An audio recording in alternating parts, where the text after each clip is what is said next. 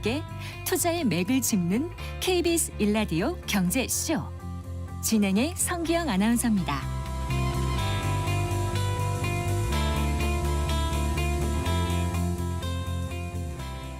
네, 4시 40분입니다.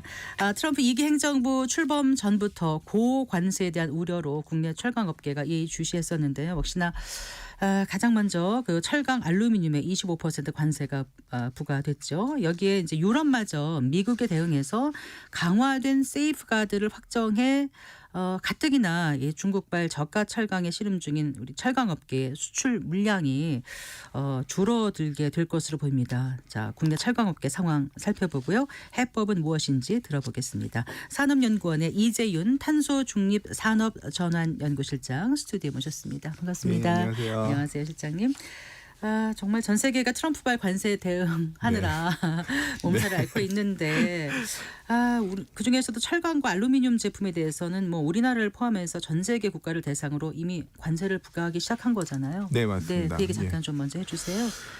사실 철강 업계에서도 이제 트럼프 정부가 출범하기 전부터 좀 이제 바짝 긴장을 하고 있었거든요. 네. 또 철강이 먼저 그 첫 타자가 되지 않을까 이제 그 긴장하고 있었는데 그 예상대로 지난 2월 10일에 이제 트럼프 2기 출범하고 한 지 얼마 지나지 않아가지고 철강에다가 25% 일괄 관세를 부과하겠다. 네. 그리고 알루미늄은 기존의 10%를 이제 25%로 상향을 하겠다. 네. 거기에 더해서 이제 철강이 들어간 어떤 부품이라든지 어떤 파생 제품, 철강을 사용한 제품에 대해서도 그의 함량에 준하는 관세를 부과를 하겠다라는 식으로 포고령을 발표했고요. 네. 그리고 나서 이제 좀 바뀌지 않을까 그런 기대도 있었는데 예정대로 3월 12일부로 이제 관세가 지금 부과된 상황입니다. 예. 그러면 그 전에는 철강 업계는 거의 무관세였던 거죠? 사실은 트럼프 1기 때도 예. 이제 철강하고 알루미늄이 이제 첫 타자였었거든요. 네네. 그때 당시에 많이 알려졌었죠. 이제 무역 확장법 232조, 그러니까 미국의 철강 산업 보호, 미국의 산업 보호, 이제 국가 안보를 그 명분으로 해서 무역 확장법 232조 어떻게 보면 이렇게 사문화됐었던 그런 조항을 이제 들고 나와서 철강에 이제 25% 이제 보편 관세를 부과한다고 발표를 했었고, 근데 그러나 이제 그때 당시에는 개별 국가별로 이제 협상을 좀 진행을 했었어요. 그리고 뭐 캐나다, 멕시코 면제받고, 일부 국가는 쿼터국으로 지정되고 일부 국가는 저율 할당 관세 국가로 이제 지정이 되고 해가지고 총 미국의 한 수입 물량 중에 한 70% 정도는 이제 무관세로 이제 계속 지금 진행돼 왔던 상황이고요. 우리나라 역시 이제 그 쿼터국으로 지정이 돼가지고 뭐 기존보다 그 전보다 수출하는 물량은 줄었지만 그래도 그 물량에 대해서는 무관세로 수출을 하고 있었던 상황입니다. 그런데 이제 25% 관세가 부과되면은 뭐 아무래도 타격이 크지 않을까요?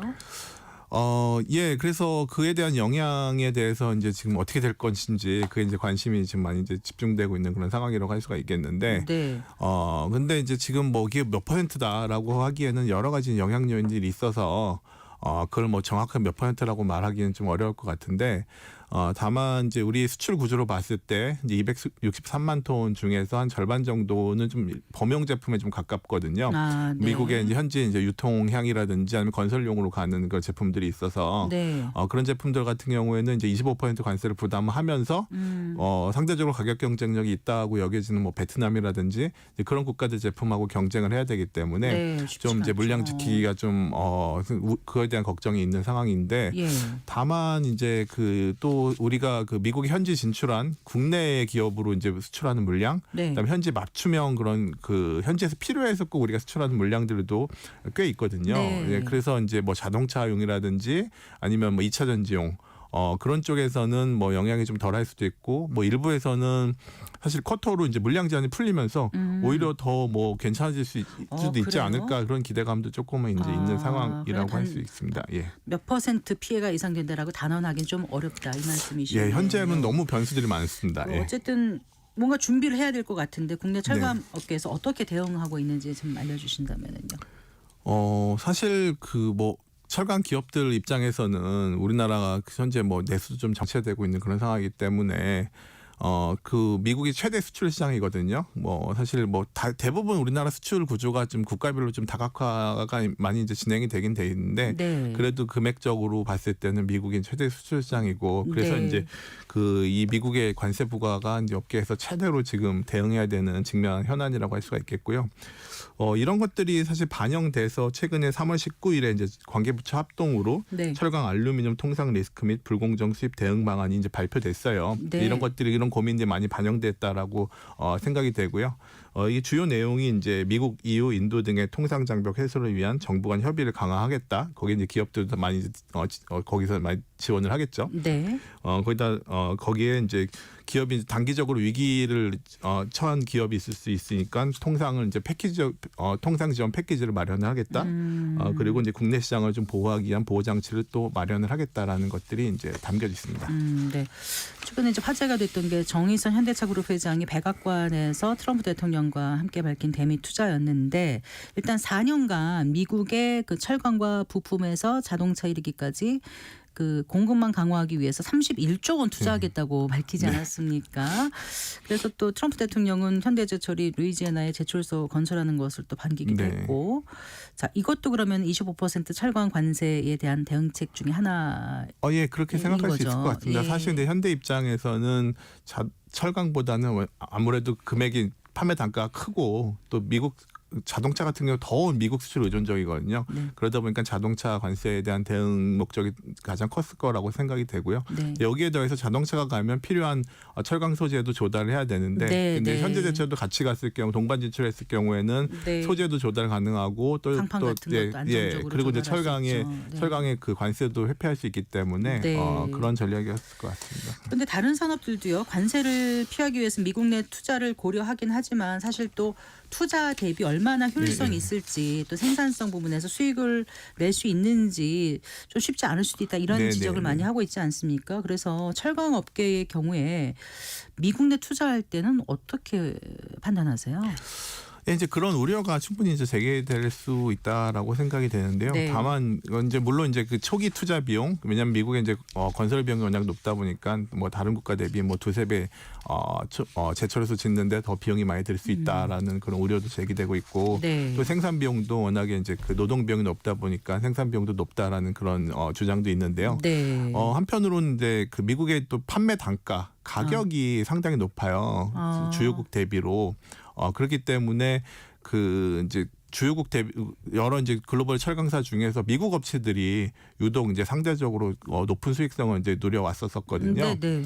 그러다 보니까 뭐 아르셀로미탈이라든지 일본 제철 등 여러 이제 철강사들이 이제 미국 진출을 하려고 시도를 해왔었고 네. 또 미국 내 이제 제조업 육성이 되면은 철강 수요도 좀 좋을 거라는 그런 전망이 있기 때문에 철강을 하기에 비즈니스적으로 이제 좋은 시장인 거는 뭐 확실하다라고 이제 생각을 할 수가 있겠고 생산 비용은 높지만 미국 시장의 가격이 다른 시장보다 네. 높으니까 또 괜찮다. 네. 이런 말씀이신 거죠? 네네. 거기다 더해서 이제 전기로 친환경적인 제철에 있어서 미국이 또 좋은 국가거든요. 네, 네. 그래서 이제 현대제철이 거기로 갔을 때 그쪽 분야에서 이제 역량을 강화할 수 있는 그런 계기로도 작용할 수 있다라고 생각합니다. 이런 가운데 지금 EU에서도 미국의 철강 관세에 대응해서 그 영내 철강 산업 보호를 위한 네. 세이프가드 개정안을 확정했다고 하는데 네, 네, 이게 무슨 맞습니다. 얘기인지 좀 말씀해 주신다면. 그러니까 EU 역시 마찬가지로 수출할 때 이제 제약이 있는 상황이고요. 여기 역시 마찬가지로 국가별로 품목별로 이제 쿼터가 있고 네. 그 쿼터 물량까지는 무관세로 가는데 그 초과되는 물량에 대해서는 25% 관세를 이제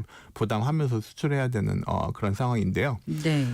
이제 EU 역시 이제 미국으로 가지 못한 물량이 이제 유럽으로 들어가는 것에 대한 우려가 있기 때문에 이제 그 국가별로 지정된 쿼터 물량을 좀 축소하고 그다음에 전체 품목별로 모든 국가로부터 수입할 수 있는 물량 그 쿼터까지도 축소를 하고 이제 글로벌 쿼터라고 하는데 네. 그것도 축소하고 또 이제 분기별로 이월할 수 있는 그것까지 제한하면서 좀 규정이 상당히 좀 6월 규정도 까다로워지고 폐지하고 네. 그렇죠. 네, 그렇군요. 그럼 이렇게 되면은 이게 우리나라 철강 산업에 어느 정도 영향을 끼칠 것으로 보세요?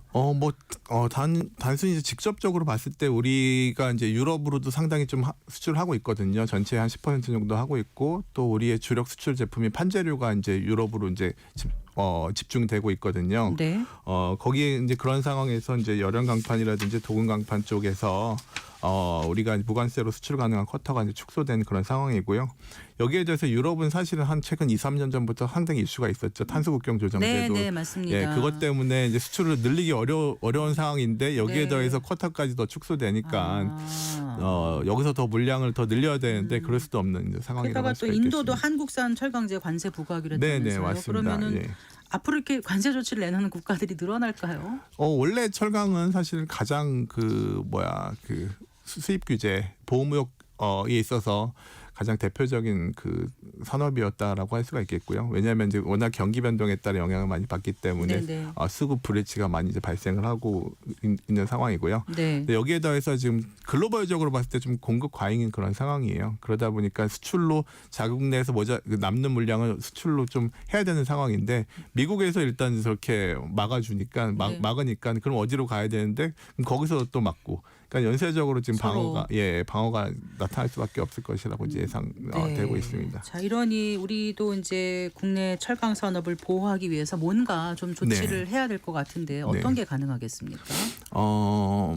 사실은 뭐 그동안은 우리가 또 워낙에 수출을 많이 하는 국가다 보니까 보복에 대한 우려 때문에 우리가 이제 그 WTO 규정하에서 할 수 있는 그 무역 구제 조치를 많이 적용하지 못하고 있던 상황이었는데 네. 지금은 뭐 이제 반덤핑 제소라든지 반덤핑 관세 부과에 대해서 우리가 좀 적극적으로 좀 대응을 하고 있는 그런 상황이라고 할 수가 있겠고 네. 여기에 더해서 뭐 안전이라든지 환경 기준 같은 그런 기준을 강화하는 비관세 장벽 그다음에 또 수입할 때 우리가 그 보고 절차를 좀 강화시켜 갖고 수출을 할 때 좀 수출 기업이 좀 까다롭게 하는 네. 그런 것들도 좀 고려가 되고 있는 것으로 알고 있습니다. 지금 우리 철강업계가 어느 정도로 어려운 상황인 거예요, 소장님? 예, 우리나라 철강 사업이 뭐 네, 대표적으로 네. 어려웠다라고 했던 게 2015년, 16년도에 뭐 철강 사업 발전 전략이라는 게 나왔을 정도로 상당히 어려웠다라고 할 수가 있겠는데요. 지금이 그때보다 우리나라 철강 내수가 더 낮은 상황이고요. 아, 그래요. 예, 여기에 더해서 그때는 수출은 그래도 할 수 있었는데 수출이 정체되고 수입이 계속 저가로 밀려 들어오다 보니까 가동률이 많이 좀 떨어지고 있는 상황이고요. 그때 당시에는 그래도 이제 주요 기업은 괜찮았고 중소 중견 기업들이 많이 경영난을 겪었었는데 네. 지금은 뭐 중소 중견 기업뿐만 아니라 이제 우리나라 대표 기업들도 수익성이 많이 지금 떨어진 상황입니다. 네. 혹시 정부가 중국산 철강 후판에 대해서 최대 38% 덤핑 방지 관세 부과한다는 얘기도 있었지 않습니까? 네네네. 이러면 이게 좀 우리한테는 좀 괜찮을까요? 어떨까요?